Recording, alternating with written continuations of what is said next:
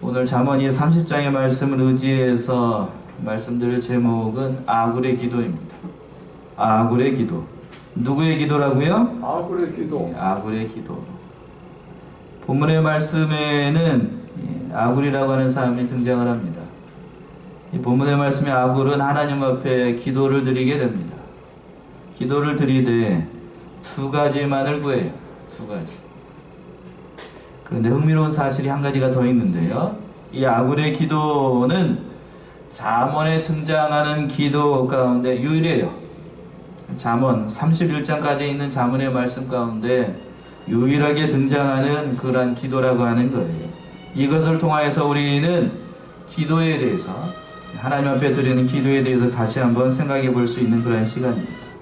성경에는 많은 사람들이 등장을 합니다. 그리고 유명한 기도들이 많이 있어요. 그런 사람들의 기도와는 다르게 이 본문의 말씀에서 아굴은 단 몇 가지만 구한다고요? 두 가지만을 구합니다.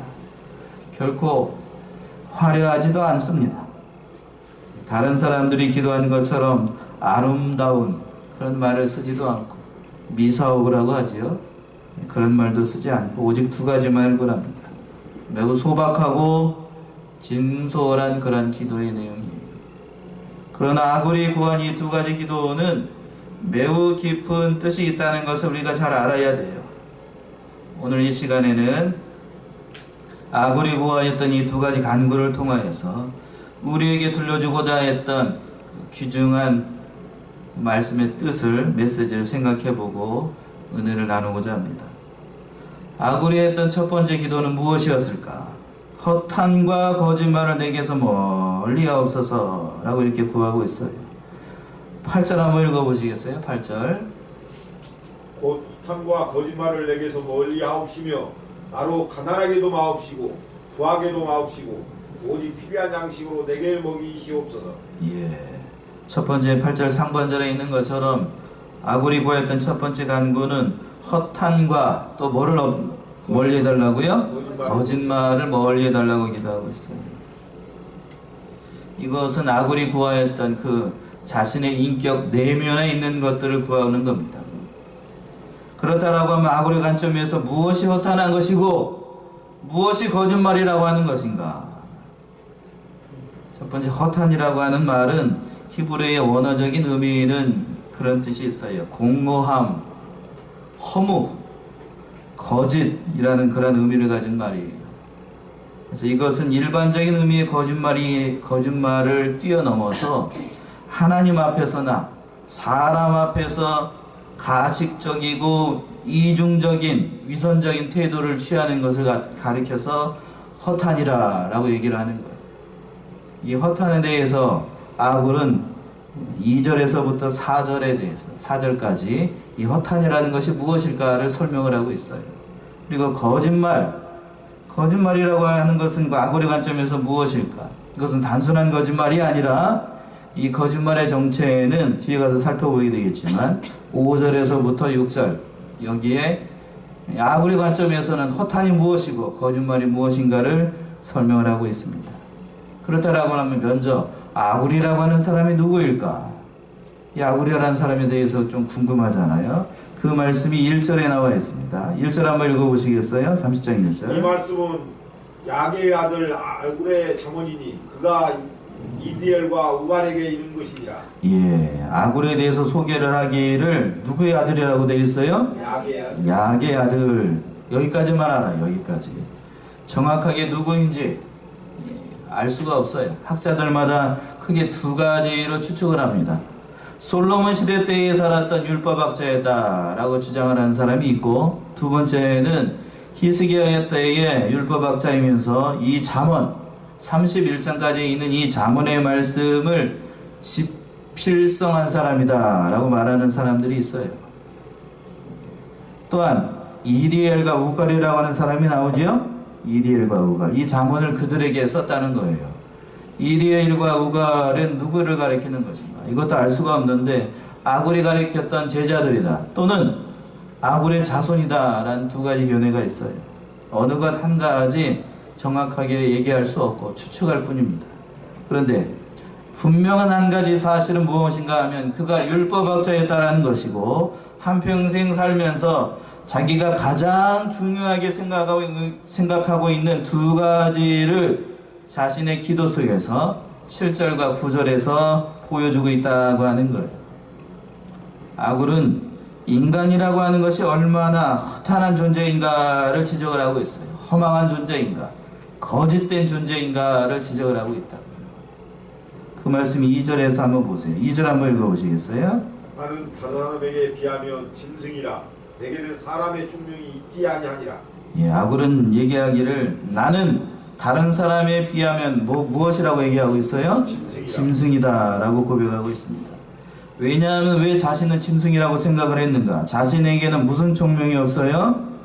내게는 사람의 총명이 있지 아니하다. 사람의 총명, 사람의 지혜가 없기 때문에 자기는 다른 사람에 비하면 짐승이라고 하는 거예요. 그렇다라고 하면 사람의 총명이라고 하는 것이 무엇일까? 우리가 이 세상 살아가면서 살아가게 하는 세상적인 방법, 우리가 세상 살아갈 때 형통하고자 하는 세상적인 지혜, 쉽게 말씀을 드리면 내가 세상을 살아갈 때에 잘 먹고 잘 살 수 있는 방법이 자기에게는 있다 없다? 없다는 그런 말씀이에요. 세상적인 지혜가 자기에게는 없다는 뜻이에요. 그리고 아굴은 3절에서 계속해서 말을 하고 있습니다.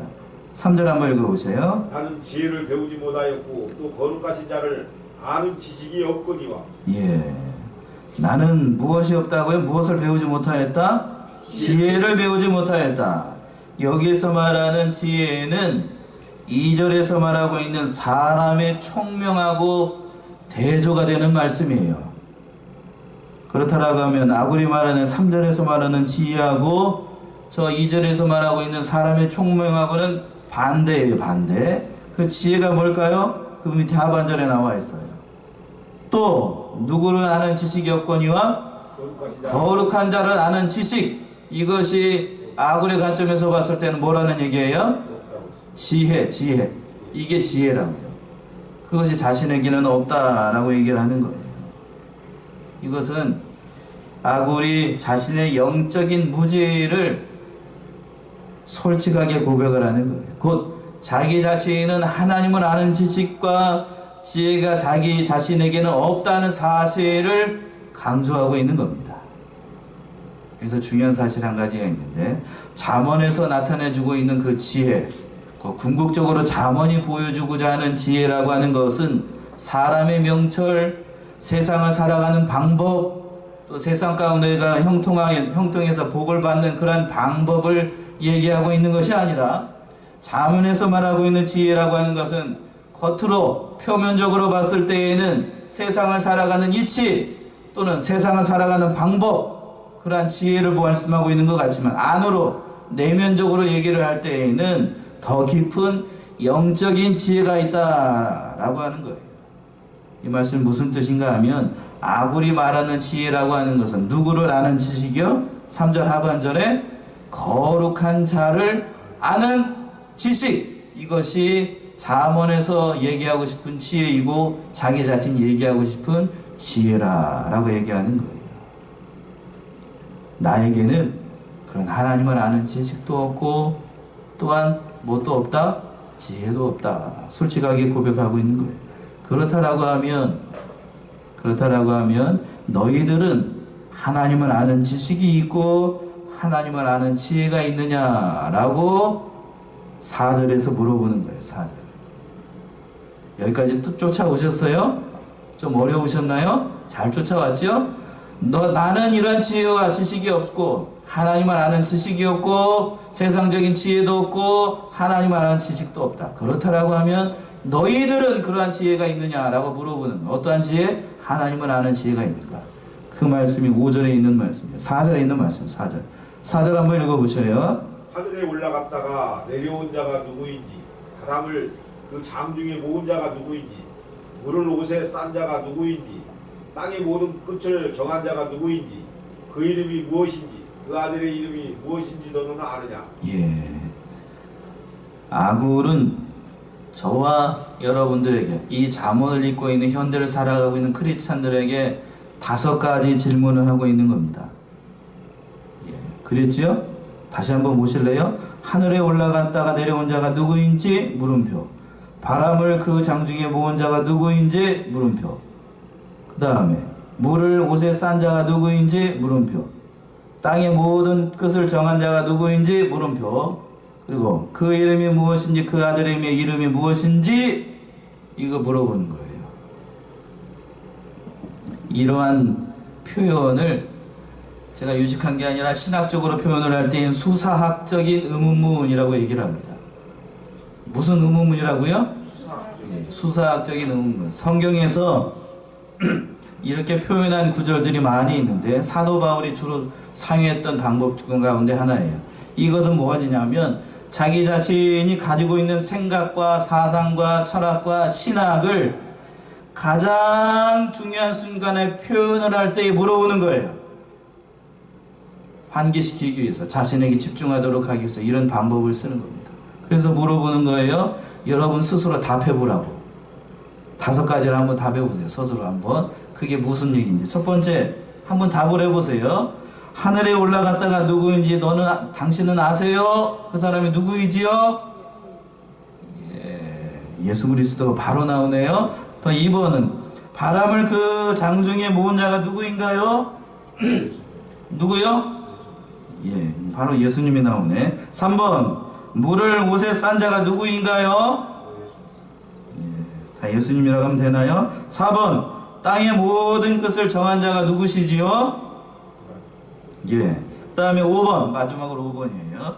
그 이름이 무엇인지, 그 아들의 이름이 무엇인지 너는 아느냐? 그 이름이 누구예요? 예. 제가 물어본 의도가 다 있어요. 성경적인 지식이 조금만 있는 현대를 살아가고 있는 크리스찬들이라고 하면 이 질문에 대해서 답을 다 할 수 있어요. 일본에서 제가 원하는 답은 아니었지만 일본에서 4번까지의 답은 뭐냐 하면 여호와 하나님이에요. 여호와 하나님인데, 그런데 중요한 문제가 마지막 5번에 있어요.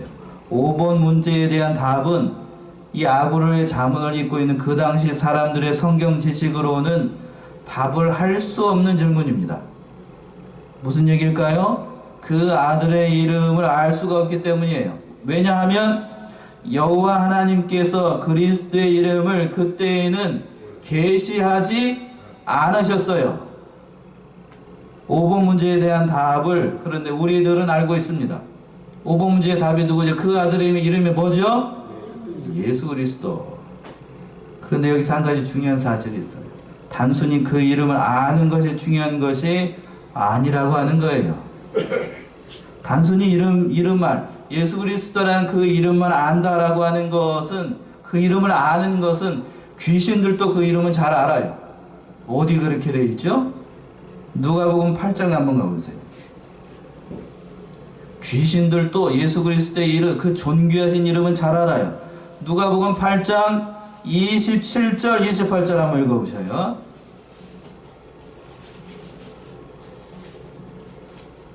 예수를 보고 부르짖으며 그 앞에 엎드려 큰 소리로 불러가로되 지극히 높으신 하나님의 아들 예수여, 나와 당신과 무슨 상관이 있나이까?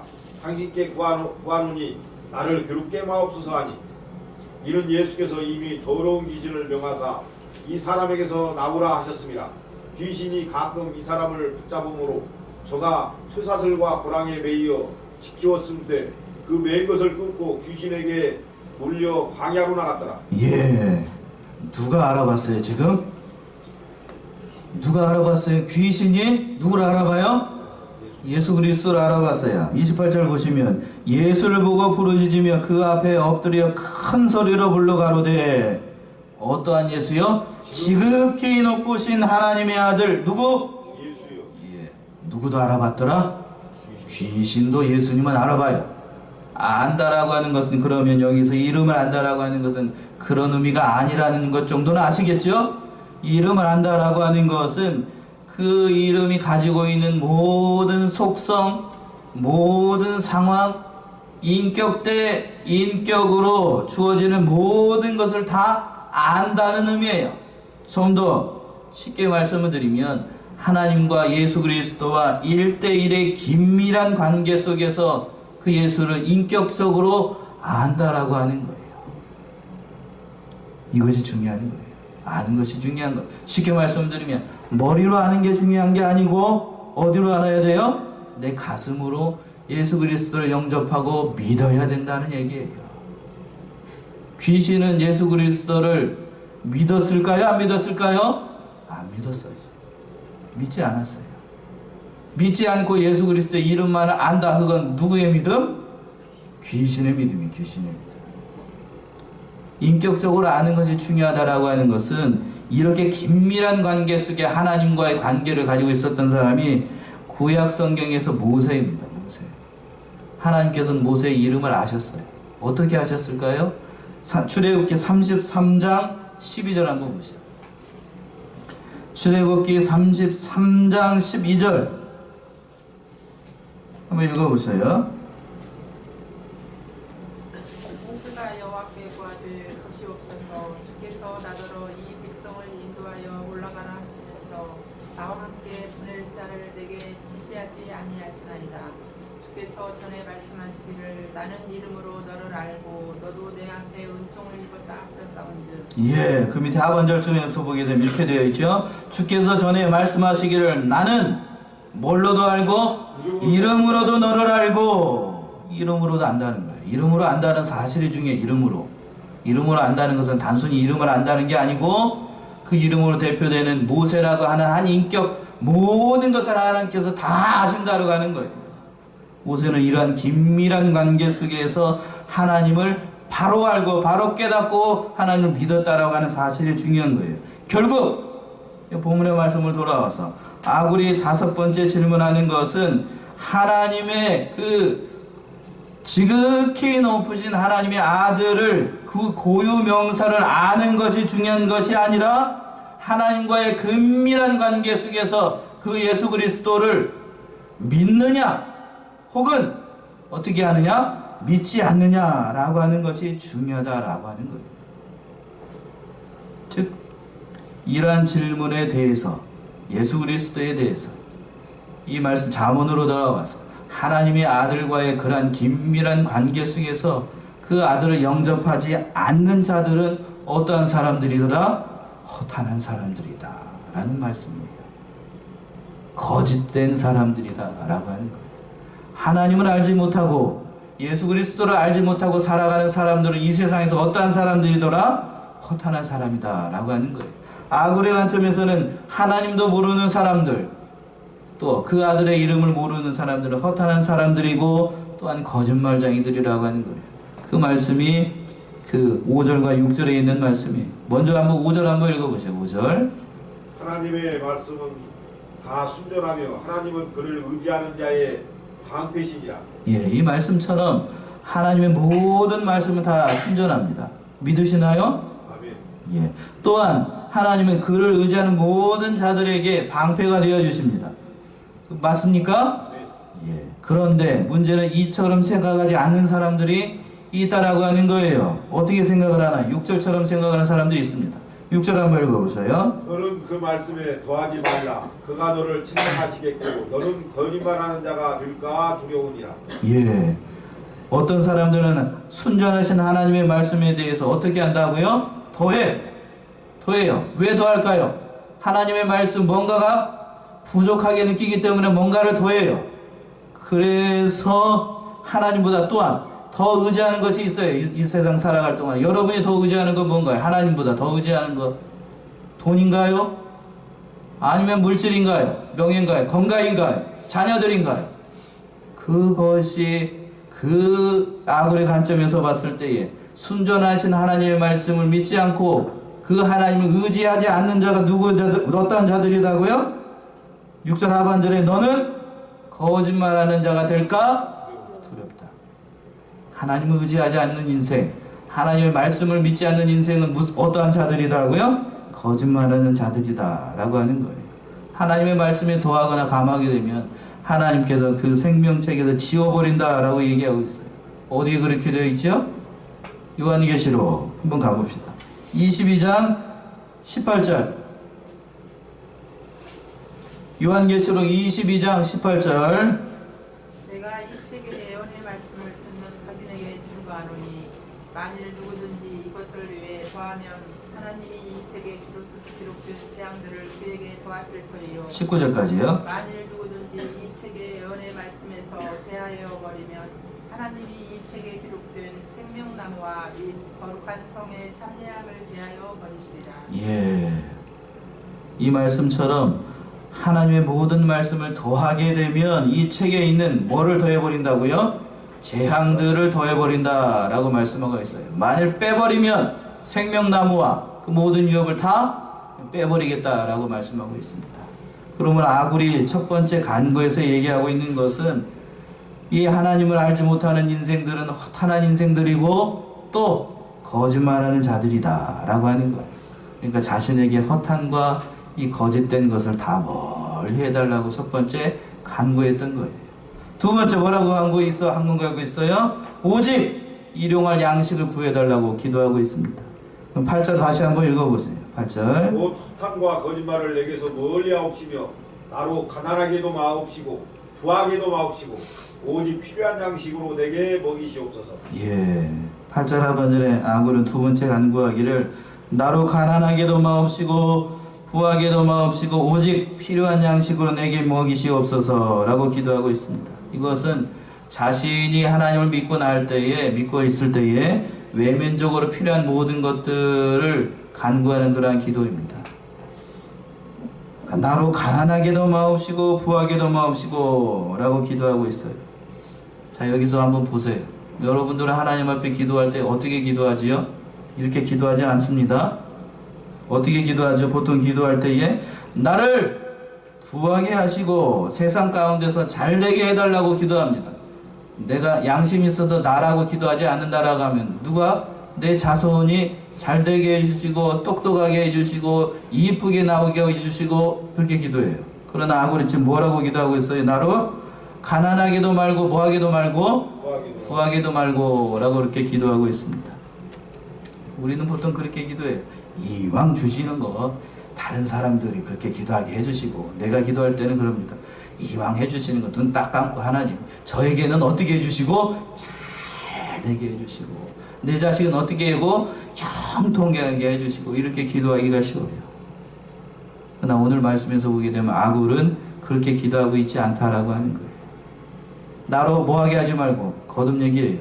가난하게도 말고 또 부하게도 말라. 이것은 단순히 이 아굴이 중흥의 덕을 구하고 있는 게 아니에요. 선언에서 아까 잠시 제가 말씀드렸던 것처럼 아굴이 히스기야 때의 율법학자라고 하게 되면 이스라엘과 유다의 화려함 곧 솔로몬 시대 때의 영광과 북쪽 이스라엘 여로보암 시대 때의 그 화려한 문화들을 다 경험했던 그러한 사람일 거예요. 그렇다라고 하면 그 화려함과 그 웅장함과 이스라엘의 세상말로 잘 나갔을 때에 물질적으로 풍요롭고 넉넉했을 때에 이스라엘 백성들이 하나님을 잘 믿었는가? 그런가요? 하나님을 부인하고 하나님이 어디 있느냐? 여호와가 어디 있느냐? 이렇게 부인하고 나갔던 것이 이스라엘 백성들이었어요. 그 말씀이 9절에 나와 있잖아요. 9절 한번 읽어보셔요. 꼭 내가 배불러서 하나님을 모른다 여호와가 누구냐 할까 하오며 거기까지요. 부하게 되면 어떻게 된다고요? 배불러서. 내가 배불러서 누구를 모른다고 하고 하나님을 모른다 하고 또 여호와가 누구냐? 여호와가 누구냐? 이런 도전적인 말을 하는 것이 인간이라고 하는 거예요. 인간. 또 너무 가난하게 되면 남의 것을 도적질하고 하나님의 이름을 욕되게 할까 두려워했습니다. 그 말씀이 9절 하반절에 있는 말씀이에요. 9절 하반절 다시 한번 읽어보시겠어요? 꼭 내가 가난하여 도적질하고 내 하나님의 이름을 욕되게 할까 두려워함이니이다. 예, 아굴은 이것을 두려워했던 거예요. 자신이 너무나도 가난해지게 되면 자신이 사랑하는 하나님의 이름이 더러워지고 욕먹일까 봐서 두려워했습니다. 9절 하반절 다시 한번 잘 보세요. 잘 쫓아오세요. 혹 내가 가난하여 도적질하고 누구의 하나님의 이름? 내 하나님의 이름을 우리 하나님이라고 되어 있나요? 누구의 하나님이라고 되어 있어요? 내 하나님. 내 하나님의 이름이라고 되어 있어. 내 하나님. 이런 말들에는 동그라미를 치셔야 돼. 내 하나님. 내 하나님의 이름을 욕되게 할까 두려워하기 때문에 자기가 이렇게 솔직하게 고백을 하는 거예요. 솔직하게 기도를 하는 겁니다. 내가 가난하기도 말고 부하기도 말고 오직 어떠한 양식만을 구했어요?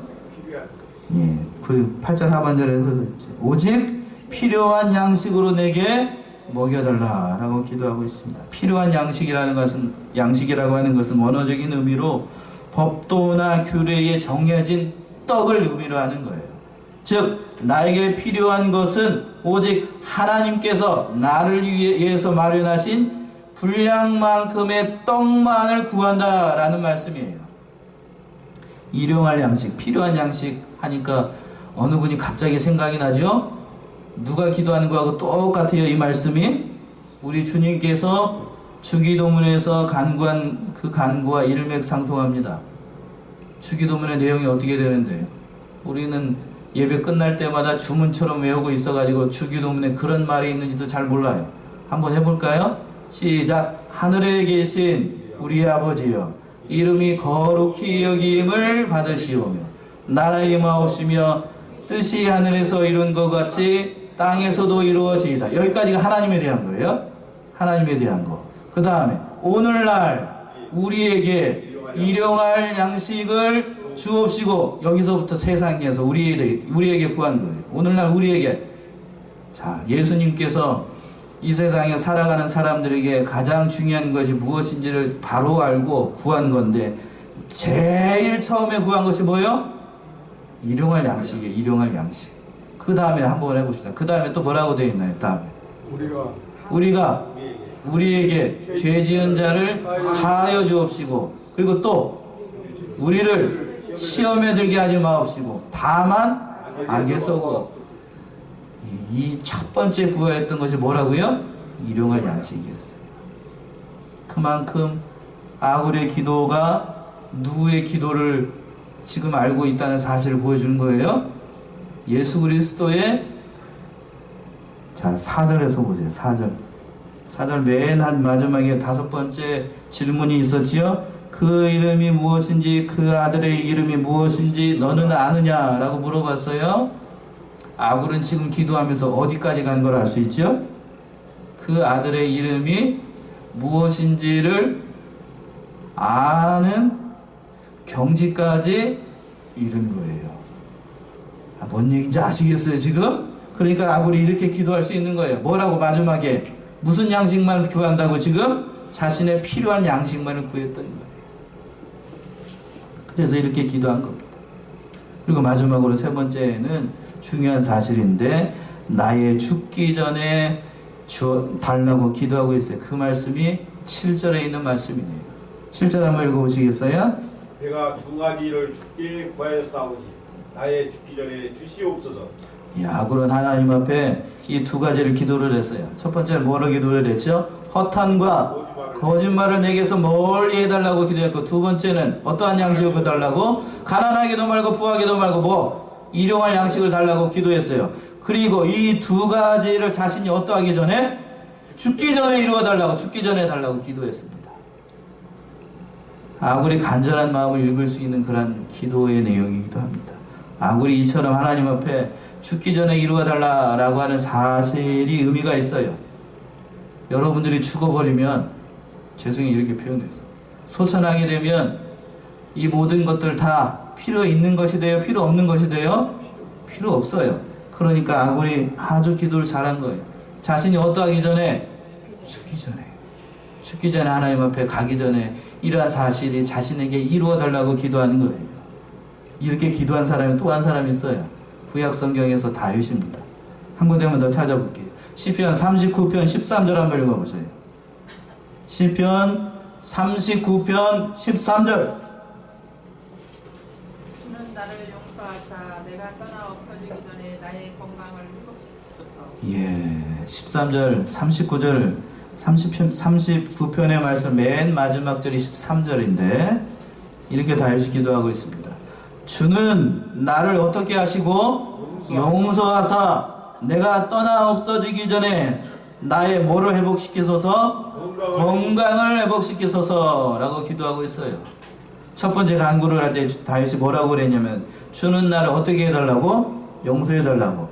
이 용서해달라고 하는 것은 아마 봤을 때 다윗이 아주 심각한 죄를 짓고 난 다음이었던 것으로 보입니다. 어떠한 죄인지 알 수가 없어요. 우리 아내를 범했던 때인지 아니면 하나님의 명령을 어기고 인구조사를 했던 그때인지, 그것 때문에 3만 명이나 되는 엄청난 많은 사람들이 죽게 되잖아요. 그때인지 어떠한 때인지 알 수가 없어요. 정확하게 어떠한 때인지 알 수 없지만 중요한 사실은 뒤에 있어요. 내가 어떻게 되기 전에, 없어지기 전에 나의 건강을 회복해달라라고 기도하고 있습니다. 이 다윗의 기도하고 누구와 기도하고 일맥상통하고 있어요? 아굴의 기도하고 일맥상통하고 있습니다. 여러분들이 죽게 되면 그 기도 이루어지는 게 아니에요. 솔직하게 고백하고 있는 겁니다. 아굴이 기도했던 것. 내가 이 허탄과 거짓으로부터 내가 멀리 떠나는 하나님의 어떠한 사람, 거룩한 사람이 되게 해주고, 나로 가난하게도 말고 부하게도 말고 하나님께서 주신 일용한 양식으로 살아갈 수 있는 하나님의 사람이 되게 해달라고 아굴이 기도하고 있는 거예요. 아굴의 기도는 이렇게 깊은 뜻이 있습니다. 저와 여러분들은 이러한 오늘 이 말씀에서 아굴이 보여주고 있는 것은 하나님 앞에 우리가 기도할 때에 어떻게 기도를 해야 되는가, 정도를 보여주고 있는 거예요. 정도.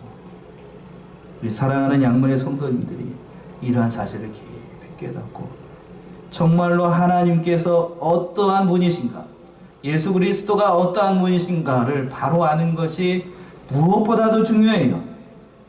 아무리 세상적으로 화려하고 멋지고 형통하고 잘 돼나가는 일이 있다 할지라도 그것이 하나님을 아는 것에서 멀어지게 하고 예수 그리스도를 알아가는 일에서 멀어지게 한다라고 하면 그거는 형통한 길이 아니에요. 아굴은 그 인생의 경험을 통하여서 그것을 이미 체험을 했어요. 그랬기 때문에 이렇게 간구할 수 있었던 거예요. 자신으로부터 허탄과 거짓된 것을 멀리 해주시고, 또한 나로 인해서 가난하기도 말고 부하기도 말고 인간의 거짓됨을 잘 알아야, 가난하게 되면 내가 물질적으로 하나님을 도적하게 돼서 하나님의 이름이 욕먹일까봐 두려웠고, 부하게 되면 반대로 부하게 되면 하나님이 어디 있느냐, 여호와가 누구냐 라고 할까봐 두려워서 이렇게 솔직하게 하나님 앞에 기도했던 그 기도를 보게 되는 겁니다. 우리 사랑하는 양문의 성도님들, 2019년도 한 해 아굴과 같이 하나님 앞에 진실하고 소박한 그러한 기도를 드리는 하나님의 신실한 사람들이 다 되시기 바랍니다. 2019년도 안에 그래서 물질적으로 많고 물질적으로 잘 되고 세상적으로 형통한 것이 중요한 것이 아니라 아굴이 말하는 것은 누구를 바로 알아가는 것, 하나님을 바로 알아가고, 또한 누구를 아는 것, 오늘 말씀에서 하나님의 아들 예수 그리스도를 알아가는 것이 복된 인생이다 라고 얘기를 하고 있는 거예요. 세상적으로 조금 없어도, 그러니까 누구를 알아가는 것이 제일로 중요하다고요? 하나님을 알아가는 것. 2019년도 한 해 하나님을 많이 알아가시고 예수 그리스도를 많이 알아가셔서 우리가 하나님 앞에 이런 진실된 기도로 하나님 앞에 영광을 올려드리는 저와 여러분들이 다 되시기 바랍니다. 기도하겠습니다.